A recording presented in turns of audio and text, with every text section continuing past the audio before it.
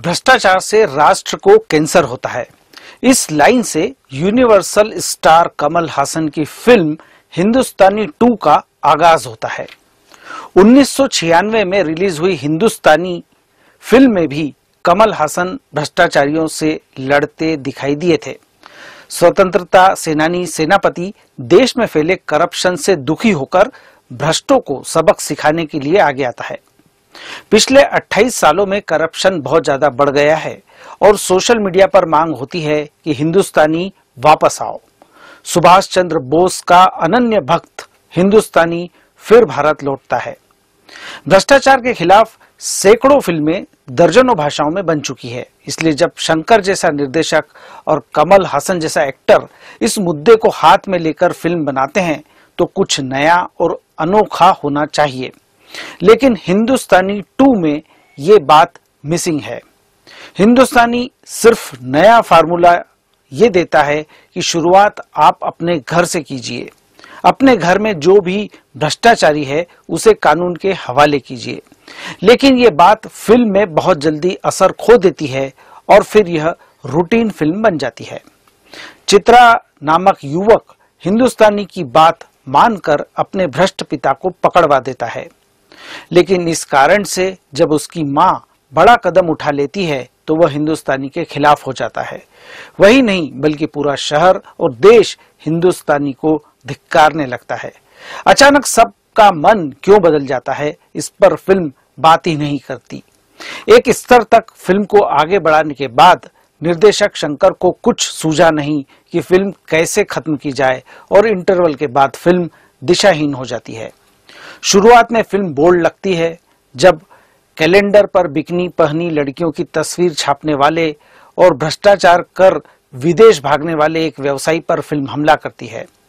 जब सोने से बना टॉयलेट का उपयोग करने वाले गुजरात के एक व्यवसायी के पैसों के भोंडे प्रदर्शन को फिल्म उभारती है। जब एक एक्शन सीन में एयरपोर्ट के कमजोर स्ट्रक्चर पर फिल्म सवाल खड़े करती है। जब गूगल देख ऑपरेशन कर रहे डॉक्टर के जरिए व्यवस्था पर प्रहार करती है। आर के लक्ष्मण जो अपने कार्टून में कॉमन मैन को दिखाते थे उसके जरिए आम आदमी की दशा दिखाती है। जनता को भी नहीं छोड़ती जो सरकार द्वारा बांटी जा रही मुफ्त की चीजों को हंसते हंसते स्वीकारते हैं। एक गाने में बैकग्राउंड में डांस कर रही महिलाओं के हाथ में खाली मटके दिखाकर चेन्नई के जल संकट की ओर भी इशारा करती है। यहां से उम्मीद जागती है कि फिल्म का तीखापन और तेज हो जाएगा, लेकिन इसके बाद शंकर फिल्म को ठीक से आगे बढ़ाने में चूक गए। शंकर ने कुछ मुद्दे उठाने के बाद दर्शकों के मनोरंजन का ध्यान रखने की कोशिश की।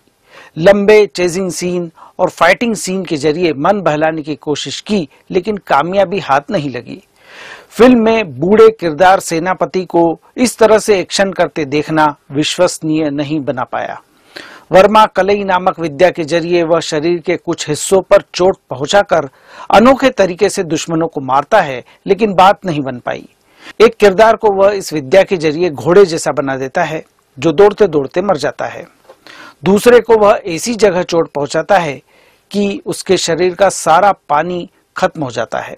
ये सीन बहुत ज्यादा प्रभाव नहीं छोड़ पाते। फिल्म का क्लाइमैक्स सीन लंबा है, लेकिन शंकर की फिल्मों के स्तर के अनुरूप नहीं है। शंकर भव्यता के साथ बात खत्म करते हैं जो हिंदुस्तानी 2 में नजर नहीं आती।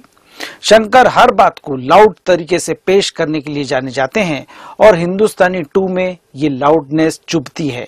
वे बात को मनोरंजक तरीके से नहीं दिखा पाए और न ही उनके पास ठोस कहानी थी। एक्शन में मजा नहीं आया और ड्रामा ऐसा नहीं है जो दर्शकों के दिल को छू सके। कमल हासन ऊंचे दर्जे के कलाकार हैं और इस तरह के रोल करना उनके लिए बहुत ही आसान है। उनके लिए यह चैलेंजिंग रोल कतई नहीं था।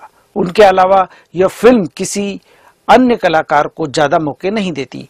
कमल हासन के बाद सिद्धार्थ के पास ही सबसे लंबा रोल था, लेकिन वे निराश करते हैं।